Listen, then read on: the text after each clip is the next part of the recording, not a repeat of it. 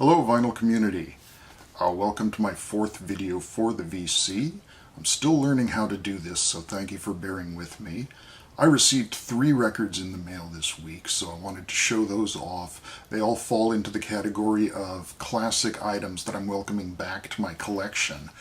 And they are classics, and none more so than Meditations by John Coltrane. This is with the classic quartet has now been expanded to a sextet with Pharoah Sanders and Rashid Ali added, but McCoy Tyner is still on piano, not yet replaced by Alice. And this is just one of my favorite Train albums. It just is really on fire. So very grateful to have this back in the collection. So this copy has the red ring impulse label, meaning it's at least a second pressing. The original would have had the orange label. I don't remember for sure whether the original copy that I purchased in the 70s as a used record had this label. I think it probably did. I do remember very well that I bought this and Ohm the same day from Arcade Records in downtown San Diego, which is the place that Frank Zappa described as that jukebox dump under the Maryland Hotel.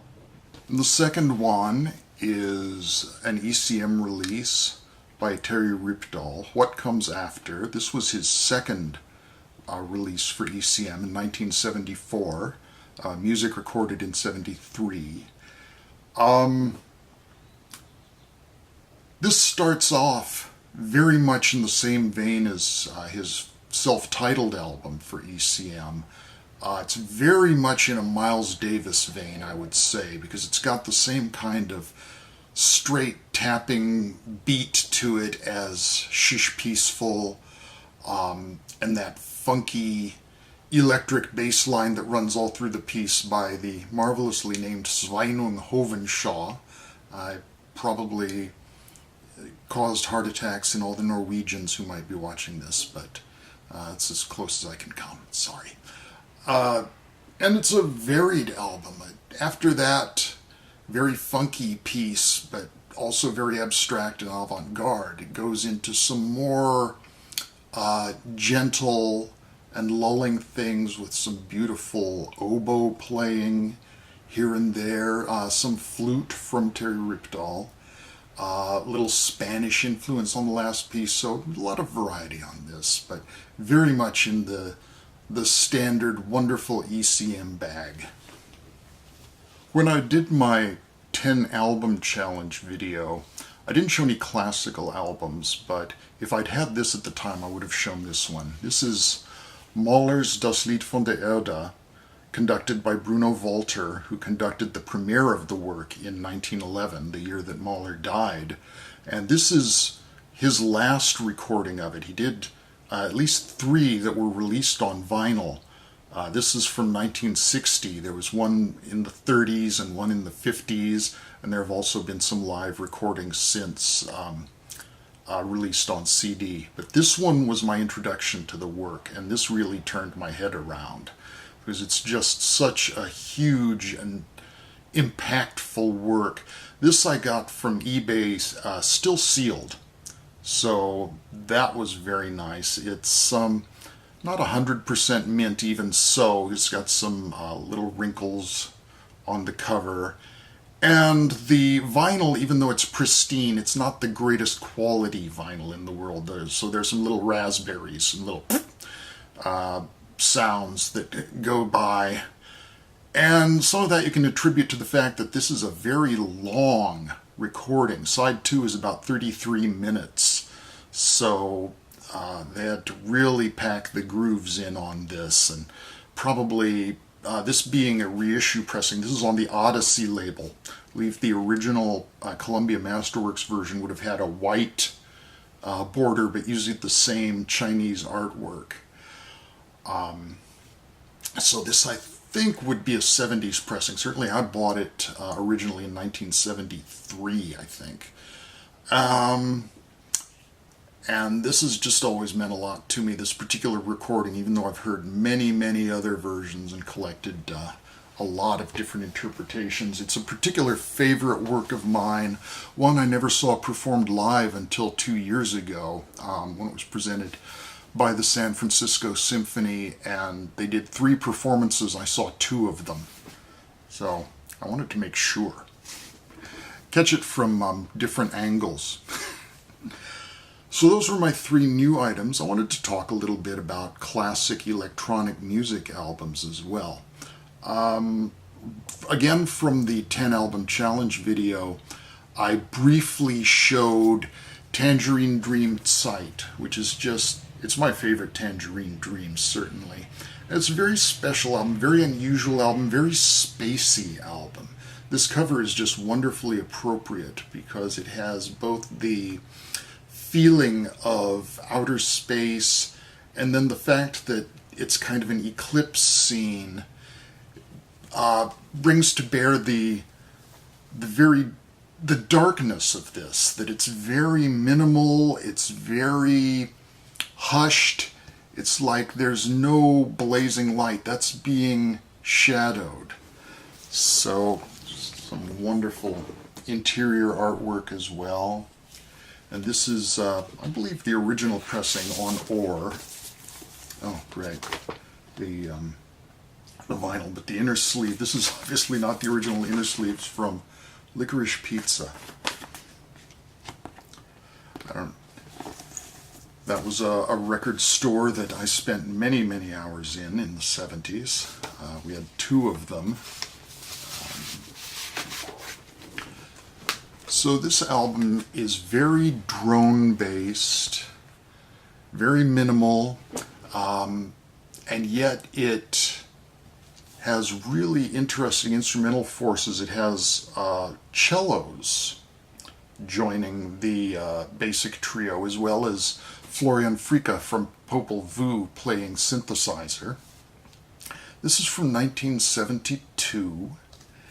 And it was before the kind of sequencer-driven sound of Tangerine Dream. So this double LP just gave them a lot of space to explore space. And there's just a wonderful meditative quality, much more so than their album called Electronic Meditation, that I find very, very deeply moving. Another version of Zeit that's in my collection is this box set on the Reactive label, subsidiary of Esoteric, which comes with a blue vinyl double LP version of the album, plus a double CD with a bonus live show and a nice book and some postcards. There was a new colored vinyl that came out for Record Store Day, an orange vinyl edition, but I wasn't able to get that. I figured that since I have this one, I don't need that one too much anyway. So. And then the former Tangerine Dream member, Klaus Schulze, the following year released this album, Cyborg, which is very similar in intent. It's also very drony, and it also uses strings, although in this case there's a large string section of cellos, violins, 3 contrabasses, and some flutes as well, in addition to Schulze playing his customary organ, electronic organ, and synthesizer. This is a brain pressing on the Green Brain label.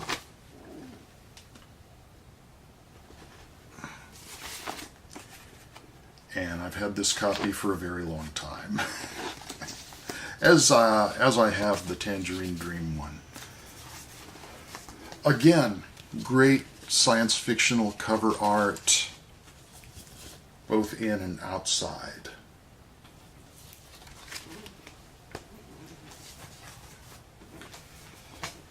Then another of the, you might take, those are the 2 real biggest names of the Berlin School.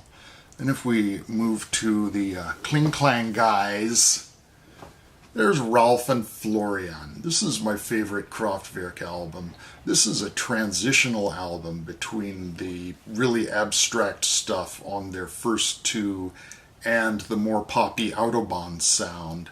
This is closer to the poppy side, but not quite all the way there, and I just really like this. This just has a really fun, very different from those last two albums, very kind of sunny, intentionally tropical feel in places.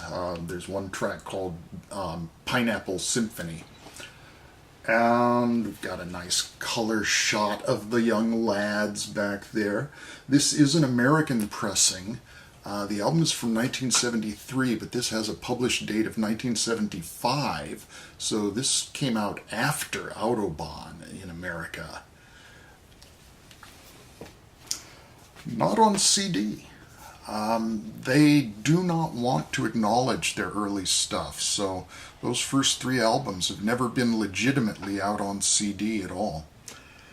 And finally, on the academic side of electronic music, I wanted to show a Morton Subotnick album. This is a classic on Nonesuch, 1968, The Wild Bull. I studied electronic music at UC San Diego in the 70s, and the first synthesizer I ever had hands-on experience with was a Buchla system. So that's what Subotnick uses here. So we had no keyboard attached to it. You'll see I'm using a Mini Moog there. Definitely got the keyboard when I need it. So the philosophy of learning the synthesizer was you're not going to use it like a keyboard. You've got to work with the plugging together the different modules. And that's where Subotnick's music is coming from. This is very bullish, you might say. The Wild Bull definitely makes his strength felt in this, because there's some sequencer-driven events that are things that you don't want to get in the way of. So that's it for today. Thanks very much for watching. Enjoy your day, and I will be talking with you again soon.